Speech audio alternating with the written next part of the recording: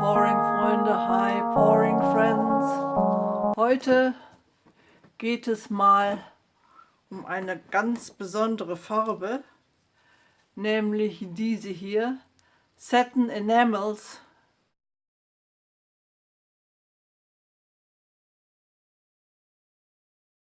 Von DecoArt. Die Amerikaner schwärmen davon im Moment, weil man sehr tolle Effekte erzielen kann. Zellen ohne Silikonöl, vor allen Dingen den sogenannten Cloud-Effekt, einen Wolkeneffekt kann man erzielen. Und ich habe diese Farbe also, um sie zu testen, in Amerika bestellt. Am 2. November, erhalten habe ich sie am 19. November. Aber wir werden sehen, ob sich das Warten gelohnt hat und ob sich das Geld gelohnt hat. Eigentlich ist es dafür gedacht, Möbel und so weiter und Schränke und noch mehr zu streichen, aufzuhübschen, zu erneuern, renovieren. Aber es wird jetzt für die Acrylgießerei benutzt, fürs Acrylgießen. Ich habe mir Dutzende Videos angesehen. Jeder benutzt es anders. Es gibt keine Regel. Es gibt aber einmal, möchte ich euch darauf hinweisen, wenn man es öffnet, ist es sofort offen.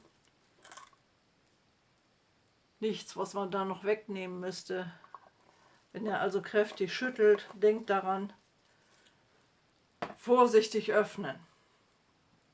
Ich habe Leute gesehen, die haben das 1:1 mit Weiß, mit angemischtem Weiß gemischt. Andere haben es pur gelassen. Ich glaube, das mache ich auch. Denn es soll ja nun auch seine Wirkung voll entfalten können. Und andere haben ist also mit Wasser gemischt oder mit irgendwelchen anderen Farben abgetönt. Ich habe jetzt hier erstmal ein scheußliches Bild von mir. Da ist es aber zu schade, die Leinwand zu verhunzen, genommen. Es ist 50 mal 40 und das mache ich jetzt zunächst mal komplett blau, himmelblau. Zöllin, oder vielleicht nur den größten Teil, weil ich will den größten Teil Himmel machen und der soll dann durch die Wolken sehr beeindruckend werden. Ich zeige euch jetzt noch mein Zöllin, wie ich das hier drauf gieße. Wieder also ein Bild, dass ich sozusagen einfach übergieße, weil es mir nicht gefällt. Statt Weiß nehme ich Zöllin. Wie immer nehme ich gleich meinen Kamm, um es auszubreiten. Ich mache auch die Seiten fertig und melde mich dann, wenn ich soweit bin. Bis gleich. So, wie ihr seht, der größte Teil des Bildes ist Himmel, denn es soll ja nun auch beeindruckend wirken. Mal gucken, ob man den Becher sehen kann. Ja, so gerade. Okay, den Becher fülle ich jetzt für einen, wie ich hoffe, beeindruckenden Himmel. Ich nehme also Phthalo-Blau. Jetzt nehme ich die besagte Zauberfarbe. Wenn ich es richtig verstanden habe, wird diese Zauberfarbe ganz nach unten sinken. Das ist die Konsistenz. Sie ist also völlig unbearbeitet bei mir. Das ist der erste Versuch. Vielleicht ist es ja dann doch besser, wenn man sie 50-50 mit Weiß mischt. Ich weiß es nicht. Ich mache jetzt einfach mal so. Damit ich nicht hinterher sage, wieder viel zu wenig genommen, nehme ich mal eine ganze Menge. Und nicht so geizig sein. Da ärgert man sich hinterher nur, wenn man eine große Leinwand genommen hat und dann war man so geizig. Jetzt nehme ich noch mal Zöllin.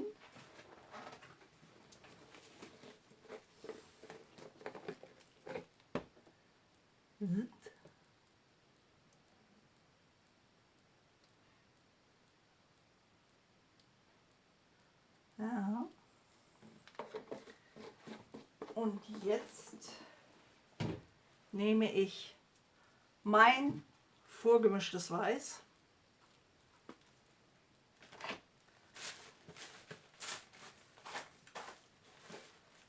Ich habe übrigens auch Leute gesehen, die dieses Satin Enamel in Gold benutzt haben. So, das ist mein vorgemischtes Weiß gewesen. Da habe ich jetzt etwas Bestimmtes mit vor. Also wie gesagt mit Gold, das ist aber ziemlich verlaufen. Und mit Wolken, ja, Cloud-Effekt. Das waren dann auch so riesige Zellen ringsum, aber so richtig Cloud in the Sky, wenn ihr wisst, was ich meine, war das nicht. Na, ich bin mal gespannt, wie meins wird. So, und jetzt mache ich etwas nach von Gina De Luca. Wohl nicht ganz.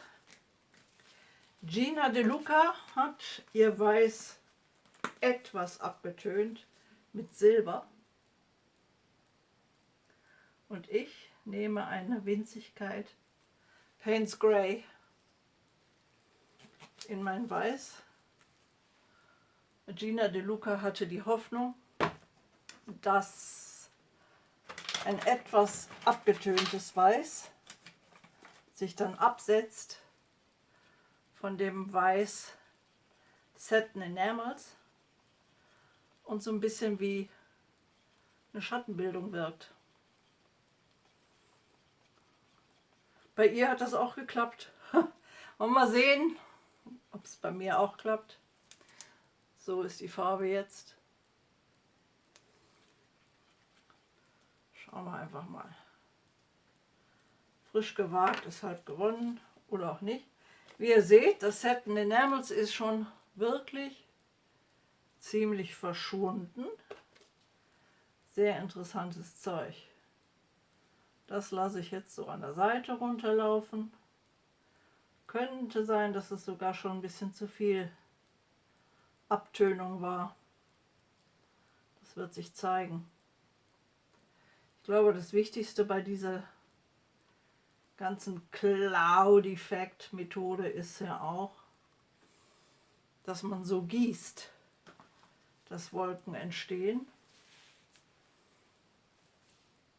Ich schließe das Ganze nochmal mit 2 Schichten Blau ab. Einmal Phthalo. Es versinkt alles. Einmal Zöllin. Also Himmelblau.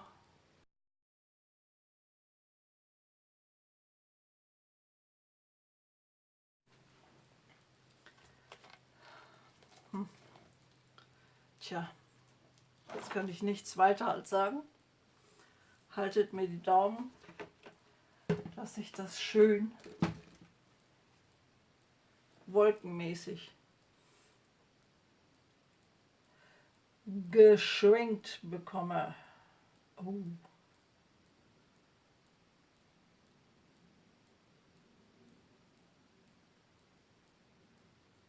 Nicht schlecht. Nicht schlecht. Wichtig ist natürlich, dass man gleich nicht zu eilig ist. Deswegen habe ich auch eine relativ große Leinwand gewählt, damit ich weit auseinander schwenken kann, damit das so federwolkenartig wird. Hoffentlich. Ich stelle mich jetzt hin und dann gucke ich, was entsteht.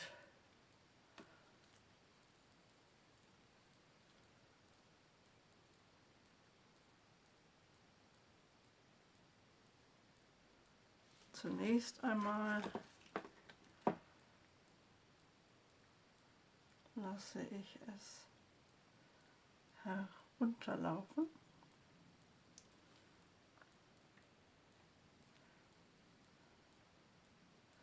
Nicht so schnell, Dörte, nicht so schnell. Das sieht jetzt aus wie schneebedeckte Berge. Aber nicht so richtig wolkig. Aber wie ihr seht, es stimmt.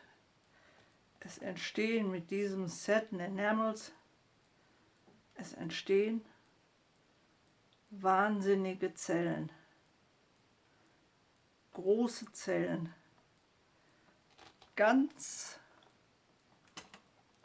ohne Silikonöl und auch ganz anders als mit Silikonöl.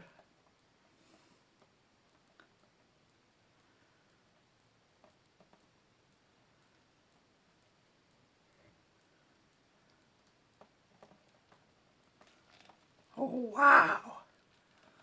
Also Leute, boah. Da oben rechts in der Ecke, das gefällt mir auch so gut. Diese Wolken. Oh, wow. Wow. Das ist ja wirklich Wahnsinn. Ich glaube, 3 Wochen warten auf Satin Enamel lohnt sich. Und dann solche schönen Ergebnisse. Und die Idee von der Gina De Luca ist auch klasse. Dieses Shading, also diese Schatten, die diese Zellen werfen. Das ist mein abgetöntes Weiß, was ich an das Satin Enamels, also Satin Emaille, dran gehängt hat. Jetzt mache ich die wieder größer. Die sollen groß und ja, beeindruckend sein. Die Wolken. Ich weiß nicht, hier das ist schön, aber das andere ist jetzt nicht so wolkenartig. Vielleicht sollte ich dann doch noch mal ein bisschen mehr die wandern lassen. Hin und her. Wie der Wind sie verweht. Und wieder zurück. Das ergibt ganz scharf abgegrenzte Zellen. Wow. Das ist klasse. So. Ich glaube, ihr könnt es sehen. Wie ich jetzt hier manipuliere. Da, wo die Farbe sich am meisten bewegt, da ist am meisten Farbe. Und da kann man sie dann auch hinlaufen lassen, um so einen Effekt von Wind und vom Wind verweht zu erzeugen.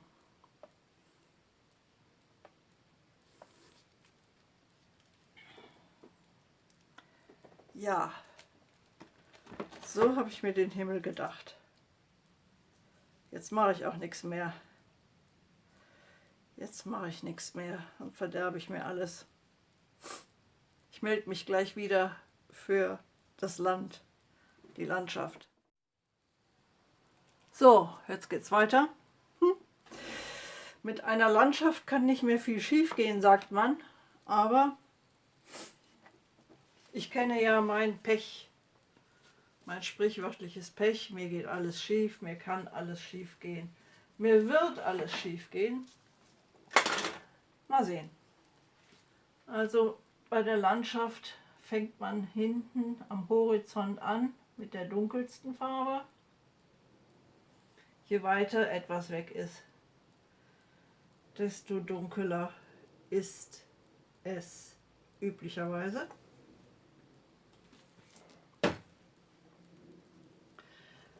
Jetzt kommt vielleicht, jetzt mache ich einen Streifen Grasgrün, und die Tatsache, dass ich direkt aus der Flasche gieße, sagt euch, dass in den Farben auch kein Silikon ist.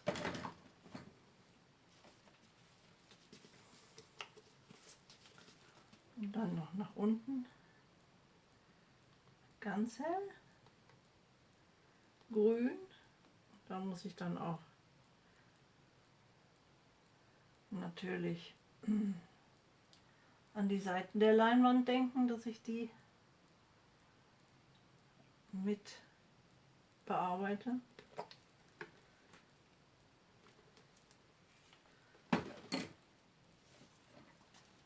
Ja, das wird hier von alleine breiter, aber trotzdem. Nochmal dazwischen. Nochmal ein bisschen dunkel als Kontrast, dass es nicht gar so langweilig ist. Hell ins Dunkle. Ist jetzt schon eine Landschaft, aber ich wollte swipen. Ich habe hier so ein komisches Gummi. Ich weiß nicht, wo das herkommt, aber das ist ganz, ganz leicht. Ich versuche das mal, ob das geht. Ganz leicht, ganz locker, völlig ohne Druck. Ja, dieses Gummi ist nicht schlecht.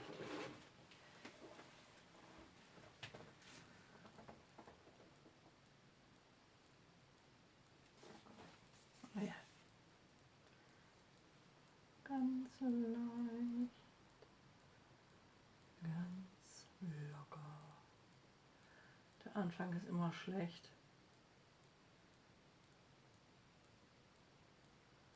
Ein bisschen wellig hin und her gehen, kann ja auch nicht schaden.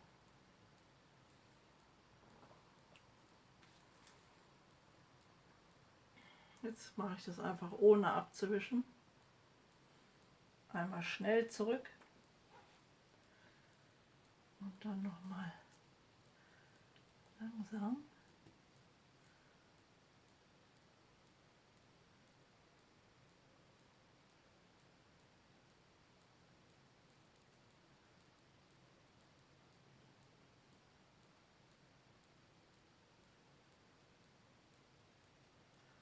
Bisschen Hügellandschaft. Das Einzige, was traurig ist, ist da die Leinwand. Die muss ich bedecken, komme was da wolle.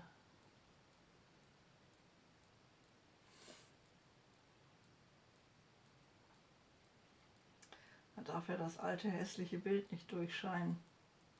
Ich meine, ein bisschen braun dürfte durchscheinen, aber kein Rot und Gold. Das wäre jetzt nun doch nicht so schön.